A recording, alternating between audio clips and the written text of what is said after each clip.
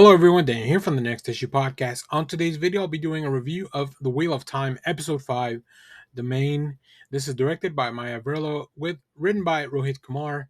And boy, do we have a good one this week. We got a lot happening. I feel like our protagonists are really getting deep into shit, each one of them on their own way. But we'll get into all that. We'll get into spoilers as well. I'll give you plenty of warning. Overall, fun episode. This is probably one of the longer ones because it, even with all the stuff afterwards, clocked in at 69 minutes with everything included. So this was definitely a little bit longer, but good pacing. A lot of really cool. We have a really cool action sequence in this one. Probably my favorite action sequence of at least season 2 for sure. We get to meet some fun characters, and then we get to go places that I don't think we had gone before. Maybe we had, I just wasn't paying attention. So we're gonna get into spoilers, but let's talk about the cast before we get into all that real quick. So we have Rosamund Pike as Moraine. We have Daniel Henney as Lan Mondragon, who we didn't see much of this episode. Zoe Robbins as Nynaeve, Madeleine Madden as Ewain, Joshua Stradowski as Rand, Marcus Rutherford as Perrin, who's quickly becoming one of my favorite characters, Kate Fleetwood as Leandrin, and Barney Harris as Matt. Also, somebody we didn't see much in this episode. Very cool stuff. We also have a few more characters that I want to talk about, but we'll get into all that when we get into spoilers. So let's get into it. You've been warned if you haven't seen the episode. Spoilers ahead. We don't have any viewer comments this week, but remember, if you want to add a little something to the conversation, want to address any of the questions that I bring up as we're going through this, especially if you're a book reader and want to give some more context, not so much spoilers, but context as to what's going on, or maybe a change from something that's happened in the book that they kind of reworked for the show. It's always cool to hear about that and read about that. I've talked about a little bit some of that stuff in previous videos with other commenters that have left some interesting stuff, including some explanation about the poem and then some of the events about the trials and how they differ and all that stuff. So let's get into it. So we kick off with Ishmael, who I've been saying his name wrong, I think, all this time, and I think I have been calling Ishmael. I think I've been calling him Ishmael when it's Ishmael or something. There's an extra A there. So if I mispronounce it throughout the video, apologies for that. But they are, him and company are at the flame, or the farm maybe, uh, with Lady Surto as she's confronted by Lord Turok for attacking this village that was not part of the plan. It's outside of their domain. She kind of, first of all, I don't know what the fuck's up with this council. Like, very interesting stuff. Who are all these people? Why is Lord Turok like at the top of the food chain there? What are the plans that Ishmael has? Like, he knew that what she was doing was wrong, but he still did it. Like, she knew that she was. I mean, he knew that she was gonna have to pay some consequences, which she does. They shun her. They punish her. Also, they cut off her really long fingernails. That seems very important for all the council. Like, it seems kind of like a sign of respect, or power, in this, or it's definitely a sign of status. Um, so having them cut off, probably a harsh blow. But not everything is, Torog is definitely not pleased with all this stuff. But he is presented with the Horn of Valir. Uh, if you remember season 1, Horn of Valir. That's definitely.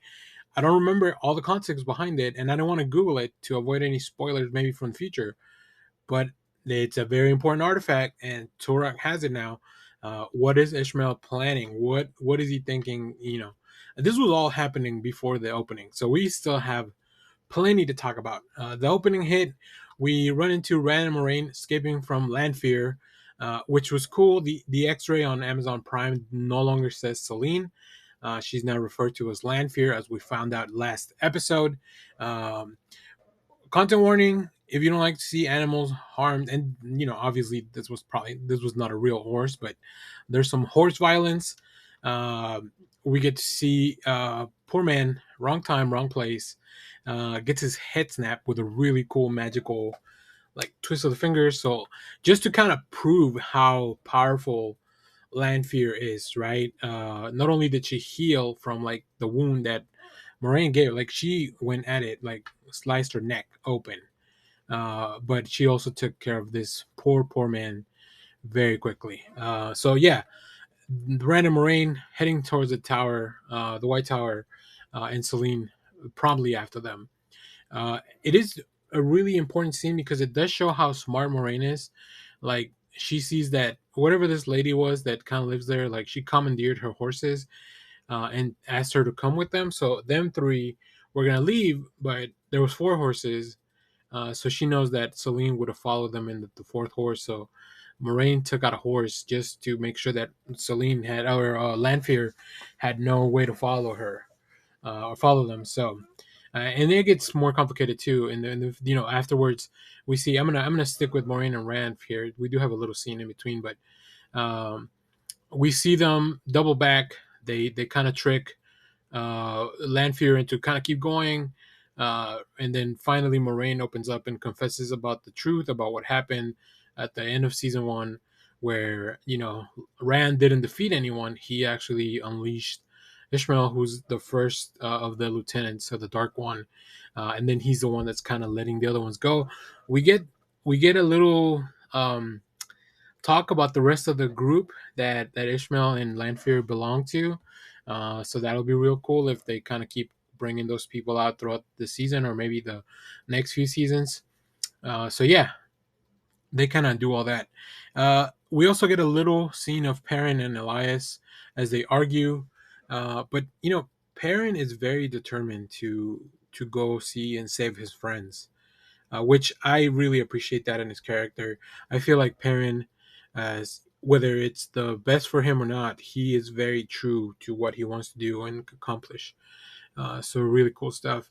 And then after that, Perrin travels back to Honest Mill to bury his fallen friends. He uses his will powers to see like that they just kind of left the bodies there, and he's like, they hadn't even buried them. So he goes back, try to figure out if he can at least give them that last respite. So and then instead he finds Avendia, who is an ale. I believe that's how it's said. We don't talk much about that. We do know that they are from a foreign land, a different land. We also meet a character named Dane, who turns out to be one of the questioners. He's a white cloak. That these were the people that Perrin escaped from in season one. We do get to see Eamon Baldo once again, who has a very trepidatious relationship with Dane. He doesn't like him. We can tell that, but they are both part of the questioners. So once again, Perrin is. And we might get around two. We do get around two of Perrin and the White Cloaks.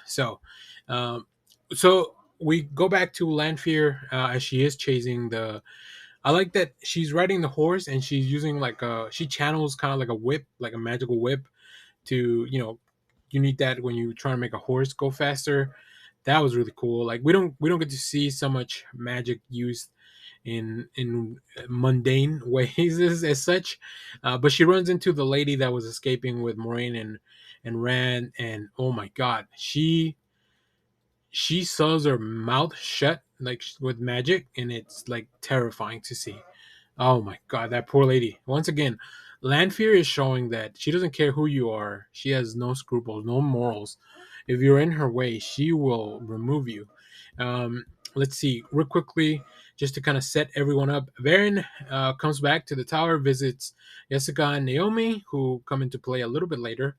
And then, if you remember from last episode, Leandrin stopped the novices as they were trying to leave. Nynaeve, Ewain, and Elaine, uh, and now we see that they are at the ways with all the novices, and we find out that Leandrin is working for the Dark. Uh, what? I look. I knew she was up to something. Like there's no way you cast that actress to play somebody who's not evil. I'm sorry. She just has that look. She has that very like that stern look. The way they style her as well. We already know that the red Aes Sedais are kind of shady anyways, but man, we finally have confirmation. Nynaeve confronts her about that. Um, we get to see a quick scene between Ishmael and Lady Surath as they. Lady Surath is upset that Ishmael is doing all this shit to get, and she gets into trouble because of it. But very quickly he kind of reins her back, and you can see that he has something over her that is very dangerous, and she doesn't want to mess with that. So at this point I realized that all our protagonists are in super deep shit, like all of them. They are all being either prosecuted, they're kind of captured, they're at a bad spot. Yeah, it is fucking insane. Real quick, we get to see Perrin as he frees Avendia from the cage. He has a very powerful line, I think, that he says, people shouldn't be in cages. That just goes perfectly with Perrin's character. Like I said, every episode I like him more and more. And the whites attack them. We have a really cool fight, very nice camera work, a really fun music before the fight begins. Like great sequence. I'm gonna try to chop a little bit off of that and just maybe put it on the channel because boy, it is so good, really cool. Like Avindia has a really cool fighting style. She puts up her mask and just kind of goes to town on these white cloaks. Man, that was really cool. Probably, like I said, best fight we've seen maybe in season 2 so far for sure. Um, then we go back. Moraine goes back to her home with Rand to try to gather supplies and materials, and try to figure out how to get back to the tower. And Rand talks about, like, can we get some sleep? They're tired. They've been running all day, and she mentions that land fear can even hurt you in your sleep in this like dream world. What kind of Freddy Krueger shit is that? Like, and we do see some of that later. Man, these lieutenants of the Dark One are powerful beings, and the show is not afraid to show you how fucked up it is when you mess with them. We get to meet Moraine's nephew, who one day will become king as he marries a princess. And yeah, that's interesting. I don't know how that will play out in the future, but I made a note of it regardless. So then, like I said, Varian's looking for the novices that Leandrin has captured, but obviously she doesn't know that. And then we have an interesting scene with this one of the other Aes Sedais. I forgot to note down her name. Um, she she doesn't lie to Varen because I think she believes that what's happening is true. But she tells him that they signed off to go to like a wedding or something, which obviously we know that's not the case. We know that Leandrin took him because we saw that earlier in the ways. Uh, so at this point, I was like, how many of these Aes Sedais are like aligned with this evil? But we get very quickly we get another scene where it explains that actually somebody compelled her to write this down, and they mentioned a black Aja, which is like whoa. So yeah, we'll probably expand more on that later on. Really interesting stuff though.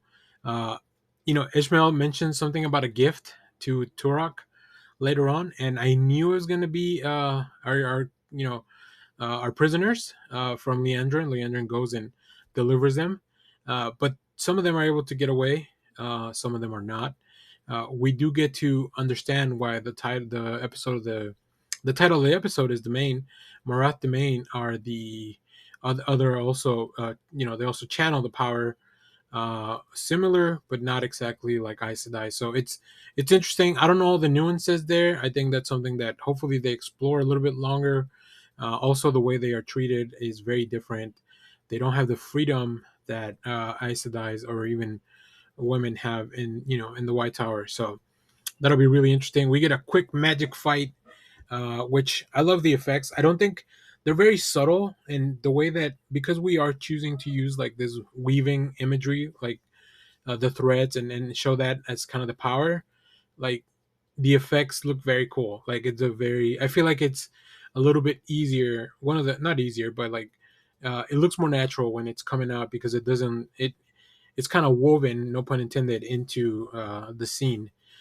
So that's really cool. But yeah, they fight. Nynaeve and Elaine get away, but Ewain gets captured. Oh man, she's gonna have a rough later on. Moraine and her sister have a chat about the danger looming, and I truly feel like Moraine feels bad that she's kind of maybe getting them in the crossfires. We saw already two innocent people die because of this, and Moraine still chose to kind of like get her family involved. I don't think that's gonna. I don't think that's gonna end well, unfortunately. So don't get too attached to those characters. We have a really cool scene between Eshamel and Lanfear in the dream world, which is cool because like they have different haircuts and different clothing, and like it's all very interesting. This is the scene where they talk about the other people, like the other command. I forget what they're called. The other lieutenants or whatever you want to call them, like the people that are powerful like them. They also have plans for each one of our main characters, and that is upsetting. So it's not only Rand that they're after all of them. Perrin, Matt, Ewain, Nynaeve. They have their eyes on all of them. This is all part of their own plan. Um, so crazy stuff. Turek meets with Ishmael, and this is where he presents Ewain. Poor Ewain. I feel so bad, especially if you watch the preview for next episode. Um, Nynaeve and Elaine were ambushed, but luckily they were found by Rima, who is a friend. Uh, so yeah, it is crazy stuff going on. Ewain is put under a collar, and yeah, that's kind of where we're leaving the episode, except for the last scene, which once again leaves us in a really cool spot. Rand and Moraine decide to stay with their sister, and she asks Rand to go to sleep. We find out that Lanfear and the previous dragon were kind of an item before I guess she turned to the dark side. And Rand goes to sleep, and then we see the dream world, and it's pretty sick. We see Rand kind of like tied up against this giant wheel. We see Lanfear sitting in this throne in another fantastic outfit. Oh man, what a way to end the episode! Really cool stuff. The costuming in this show is so good because it doesn't feel like generic. It feels like everyone, like Lord Turok and Lady Surto and all, like their council and everyone have these really intricate like costumes on and masks and with the nails and even their haircuts. So every place we visit definitely has a distinct look. The white cloaks look, uh, for somebody that's wearing all white, they still feel very menacing. So yeah, really interesting. Like I said, I watched the preview for next episode. We're gonna get real deep into some of this stuff, and I hope that things start looking up for a few of our um, a few of our protagonists. I hope we get to catch up with Lan. I hope we get to see a little bit of Matt as well.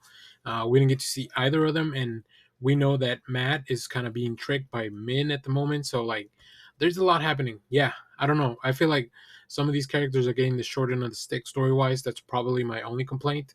But other than that, really cool fights, great music, great costumes, like just a really fun episode. So if you got this far in the video, thank you for watching. Remember to leave us a comment with any questions or explanations or comments or just anything you want to write on this, this Wheel of Time episode. As always, stay tuned. We have more comic reviews, trailer reactions, TV recaps. We have a few unboxing videos as well. I bought a video game, so it'll be nice to go over all that. And yeah, so thanks for watching, everyone. Bye bye.